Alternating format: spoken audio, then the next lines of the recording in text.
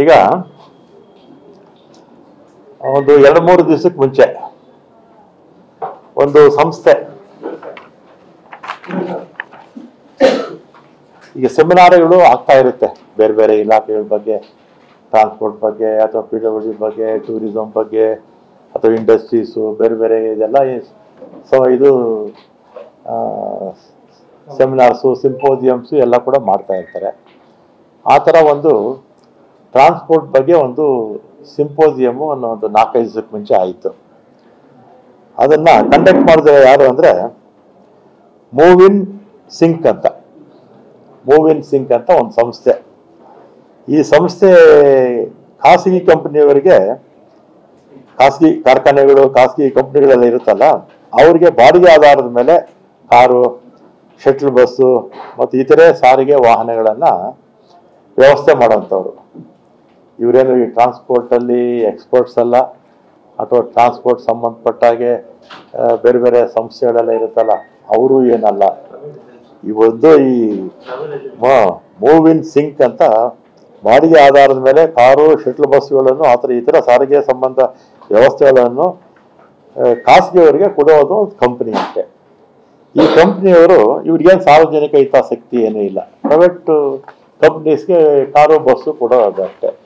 ಇವರು ಒಂದು ಸಿಂಪೋಸಿಯಂ ಮಾಡ್ತಾರೆ. ಆ ಸಿಂಪೋಸಿಯಂಗೆ ಯಾರು ಮುಖ್ಯ ಅತಿಥಿಗಳು, ಭಾಷಣಕಾರರು ಯಾರ್ಯಾರು ಅಂದರೆ ಒಂದು ಮೋಹನ್ ದಾಸ್ ಪೈ ಅವರು, ಆಮೇಲೆ ತೇಜಸ್ವಿ ಸೂರ್ಯ ಅವರು, ಆಮೇಲೆ ಮಿಶ್ರಾ, ಗೊತ್ತಲ್ಲ ಮಿಶ್ರಾ, ಈ ಕಡೆ ಈ ಮಹದೇವಪುರ ಕಡೆ ಎಲ್ಲ ಮಿಶ್ರಾ ಅವರು, ಇವರೆಲ್ಲ ಹೋಗಿ ಭಾಷಣಗಳು ಮಾಡ್ತಾರೆ. ಆಮೇಲೆ ಹೇಳಿ ಕೇಳಿ ಆರ್ ಕೆ ಮಿಶ್ರಾ ಇವರೆಲ್ಲ ಹೋಗಿ ಯಾರೋ ಎಕ್ಸ್ಪರ್ಟ್ಸು ದೊಡ್ಡ ದೊಡ್ಡ ಇವರು ಸಿಂಪೋಸಿಯಂ ಮಾಡಿ ಅಥವಾ ಒಂದು ಸೆಮಿನಾರ್ ಮಾಡಿ, ಇನ್ನು ದೊಡ್ಡ ದೊಡ್ಡ ಎಕ್ಸ್ಪರ್ಟ್ಸು ಟ್ರಾನ್ಸ್ಪೋರ್ಟಲ್ಲಿ ಬೇಕಾಷ್ಟು ಜನ ಎಕ್ಸ್ಪರ್ಟ್ಸ್ ಇದ್ದಾರೆ, ಅಂಥವ್ರನ್ನೆಲ್ಲ ಕರೆಸಿ ಮಾಡಿದ್ರೆ ಓಕೆ. ಇದು ಯಾವುದೋ ಖಾಸಗಿ ಕಂಪ್ನಿ ಒಂದು ಪ್ರೈವೇಟ್ ಸಂಸ್ಥೆಗಳಿಗೆ ಕಾರುಗಳನ್ನು, ಬಸ್ಸುಗಳನ್ನು ಒದಗಿಸುವಂಥ ಸಂಸ್ಥೆ. ಅವ್ರ ಕಾಣದ ಕೈಗಳು ಏನಿದೆ ಇಲ್ಲ, ಇದರ ಗೊತ್ತಿಲ್ಲ. ಈ ಭಾಷಣಕಾರರು ಏನು ಮಾತಾಡ್ತಾರೆ ಅಂದರೆ, ಬೆಂಗಳೂರು ನಗರದಲ್ಲಿ ನೋ ಮೋರ್ BMTC ಇವ್ರ ಸ್ಲೋಗನ್ಸು. ಆಮೇಲೆ ನೋ ಮೋರ್ ಮಾನಾಪಲಿ, ಅಂದರೆ BMTC ಮಾನಾಪಲಿ ಬೇಡ, ಖಾಸಗಿಯವ್ರಿಗೂ ಕೂಡ ಕೊಡಿ ಅಂತ ಇವರು ಅಲ್ಲಿ ಹೋಗಿ ಭಾಷಣ ಬಿಗಿತಾರೆ. ಯಾರು? ಮೋಹನ್ ದಾಸ್ ಪೈ ಅವರು, ಆಮೇಲೆ ತೇಜಸ್ವಿ ಸೂರ್ಯ ಅವರು ಬಿಗಿತಾರೆ. ಆಮೇಲೆ ಬೆಂಗಳೂರಲ್ಲಿ 48 ಲಕ್ಷ ಜನ ಪ್ರತಿದಿನ ಓಡಾಡ್ತಾರೆ ನಮ್ಮ ಬಸ್ಸುಗಳಲ್ಲಿ. 7,000 ಚಿಲ್ಲರೆ ಬಸ್ಸಸ್ ಇದೆ ನಮ್ಮ ಹತ್ರ. 48 ಲಕ್ಷ ಜನ ಪ್ರತಿದಿನ ಓಡಾಡ್ತಾರೆ. ಅಂದರೆ ಬೆಂಗಳೂರಿನ 1,40,00,000 ಪಾಪ್ಯುಲೇಷನ್ನಲ್ಲಿ 1/3 ಭಾಗಕ್ಕಿಂತಲೂ ಹೆಚ್ಚು ಜನ ನಮ್ಮ ಬಸ್ಸುಗಳನ್ನು ಉಪಯೋಗಿಸ್ತಾ ಇದ್ದಾರೆ. ಆಮೇಲೆ ಇದ್ರ ಜೊತೆಗೆ ಟ್ಯಾಕ್ಸಿಗಳಿದೆ, ಆಟೋ ಇದೆ, ಮತ್ತು ಓಲಾ ಊಬರ್ ಪ್ರೈವೇಟ್ ಕಂಪ್ನಿಯವರು ಅವರು ಕೂಡ ಇದ್ದಾರೆ. ಸುಮಾರೊಂದು ಸಾಕಷ್ಟು ಟೂ ವೀಲರ್ಸು ನಮ್ಮಲ್ಲಿ ಇದೆ. ಇವರು ಬೇಸಿಕ್ಕಾಗಿ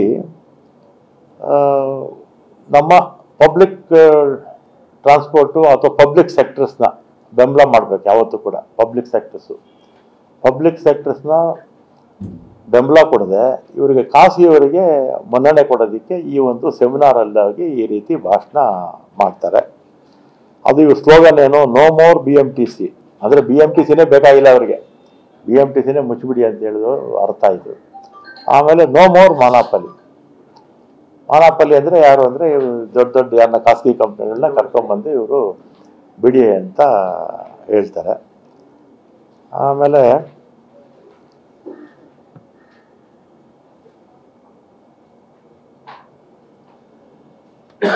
ಬಹುತೇಕ ನಮ್ಮ ಬಸ್ಸುಗಳಲ್ಲಿ ಯಾರು ಓಡಾಡ್ತಾರೆ, ಒಂದು ನಾವು ಇದ್ರ ಪ್ರಕಾರ ದುರ್ಬಲವರ್ದವರು, ಆರ್ಥಿಕವಾಗಿ ಯಾರು ದುರ್ಬಲರಾಗಿರ್ತಾರೆ ಅಂಥವರೇ ಹೆಚ್ಚು ಬಸ್ಸುಗಳಲ್ಲಿ ಓಡಾಡ್ತಾರೆ. ಶೇಕಡ ಒಂದು 10%, 20% ಅನುಕೂಲವಾಗಿರೋರು ಕೂಡ ಓಡಾಡ್ತಾರೆ, ಇಲ್ಲ ಅಂತೇನೂ ಇಲ್ಲ. ಅದರಲ್ಲಿ ನಾವು ವಿಶೇಷವಾಗಿ ಮಹಿಳೆಯರಿಗೆ ಉಚಿತ ಪ್ರಯಾಣ ಮಾಡಿದ ಮೇಲೆ ಈಗಾಗಲೇ 570 ಕೋಟಿಗಿಂತಲೂ ಹೆಚ್ಚು ಜನ ಮಹಿಳೆಯರು ಓಡಾಡಿದ್ದಾರೆ. ಒಂದು ಸರ್ವೆ ಪ್ರಕಾರ ಬೆಂಗಳೂರು ನಗರದಲ್ಲೇ ಶೇಕಡ 23% ಮಹಿಳೆಯರು ಉದ್ಯೋಗ ಅವ್ರಿಗೆ ಸಿಕ್ಕಿದೆ. ಇನ್ನೊಂದಷ್ಟು ಜನಕ್ಕೆ ಉದ್ಯೋಗ ಮಾಡ್ತಾ ಇದ್ದಕ್ಕಿಂತಲೂ ಇನ್ನೂ ಮುತುವಾಗಿರ್ತಕ್ಕಂಥ ಕಡೆ ಕೆಲಸ ಸಿಕ್ಕಿದೆ. ಅದರಿಂದ ಹುಬ್ಳಿನಲ್ಲಿ 21%, ಇಲ್ಲಿ ಬೆಂಗಳೂರಲ್ಲಿ 20%, ಕೆಲವು ಕಡೆ ಈ ಬಾಗಲಕೋಟೆ ಅಂಥ ಕಡೆ ಎಲ್ಲ ಕಡಿಮೆ ಆಗಿದೆ, ಪ್ರಮಾಣದಲ್ಲಿದೆ. ಅಂದರೆ ಮಹಿಳೆಯರ ಸಬಲೀಕರಣಕ್ಕೆ ನಾವು ಹಾಕ್ಕೊಂಡಂಥ ಕಾರ್ಯಕ್ರಮ, ಅದು ಅಂಕಿಅಂಶ ನಾನು ನಿಮಗೆ ಹೇಳಿ ಇವರು ಬಂಡವಾಳಶಾಹಿಗಳಿಗೆ ಬೆಂಬಲ ಕೊಡ್ತಾ ಇದ್ದಾರೆ. ಮತ್ತು ಇನ್ನೊಂದು, ಖಾಸಗಿಯವರು ಇವರಿಗೆ ಸಪೋರ್ಟ್ ಮಾಡಿ ಬರಬೇಕು ಅಂತ ಹೇಳ್ತಾರೆ. ಖಾಸಗಿಯವರು ಯಾವತ್ತೂ ಅಷ್ಟೇ, ಖಾಸಗಿಯವರು ಲಾಭ ಇದ್ದರೆ ಓಡಿಸ್ತಾರೆ, ಲಾಭ ಇಲ್ಲ ಅಂದರೆ ಯಾವ ಖಾಸಗಿಯವರು ಕೂಡ ಓಡಿಸೋದಿಲ್ಲ. ಖಾಸಗಿಯವರು ಲಾಭ ಇದ್ದರೆ ಮಾತ್ರ ಓಡಿಸ್ತಾರೆ ಹೊರತು ಲಾಭ ಇಲ್ಲ ಅಂದರೆ ಎಲ್ಲೂ ಓಡಿಸಲ್ಲ ಅವರು. ಯಾರೇ ನಾನೇ ಖಾಸಗಿ ಬಸ್ ಮಾಲೀಕ ಆಗಿದ್ದರೂ ಕೂಡ ನಷ್ಟ ಮಾಡ್ಕೊಂಡು ನಾನು ಓಡಿಸ್ತೇನೆ, ಓಡಿಸೋದಿಲ್ಲ. ಆದರೆ ಇವರು ಈಗ ಬೆಂಗಳೂರು ನಗರದಲ್ಲಿ ನಮ್ಗೆ ನಷ್ಟ ಆಗುತ್ತೆ ಅಂತ ಗೊತ್ತು, ನಮ್ಮ ರಾಜ್ಯದಲ್ಲಿ ನಷ್ಟ ಆಗುತ್ತೆ ಅಂತ ನಮ್ಗೆ ಗೊತ್ತು. ಆದರೆ ಗ್ರಾಮಗಳಿಂದ ನಗರಕ್ಕೆ, ನಗರದಿಂದ ಪಟ್ಟಣಕ್ಕೆ, ಪಟ್ಟಣದಿಂದ ನಮ್ಮ ಮಹಾನಗರ ಪಾಲಿಕೆಗಳಿಗೆ ಜನ ಬರಬೇಕು, ಹೋಗ್ಬೇಕು, ಉದ್ಯೋಗಕ್ಕೆ ಹೋಗ್ಬೇಕು, ಶಾಲಾ ಮಕ್ಕಳು ಸ್ಕೂಲ್ಗೆ ಹೋಗ್ಬೇಕು, ಬರಬೇಕು ಅನ್ನೋ ದೃಷ್ಟಿಯಿಂದ ನಮ್ಮ ಕರ್ನಾಟಕ ರಾಜ್ಯ ಅಂತಲ್ಲ, ನಮ್ಮ ದೇಶ ಅಂತಲ್ಲ, ಪ್ರಪಂಚದ ಎಲ್ಲ ಭಾಗದಲ್ಲೂ ಕೂಡ ಸಾರ್ವಜನಿಕ ಕ್ಷೇತ್ರದಲ್ಲಿ ಲಾಭ ಮಾಡೋ ಉದ್ದೇಶ ಯಾವತ್ತೂ ಇಲ್ಲ. ಇದು ಸಾರ್ವಜನಿಕ ಸೇವೆ ಅಂತ ಇಡೀ ಪ್ರಪಂಚದಲ್ಲಿ ಇದನ್ನು ಪರಿಗಣಿಸಿದೆ. ಮತ್ತು ಎಲ್ಲೂ ಕೂಡ ನನಗೆ ಗೊತ್ತಿದ್ದಾಗ ಮಾಹಿತಿ ಹಾಗೆ ನಿಮಗೊಂದು ಅಂಕಿಅಂಶ ಕೊಟ್ಟಿದ್ದೀನಿ ನೋಡಿ. ಈ ಅಂಕಿಅಂಶದ ಪ್ರಕಾರ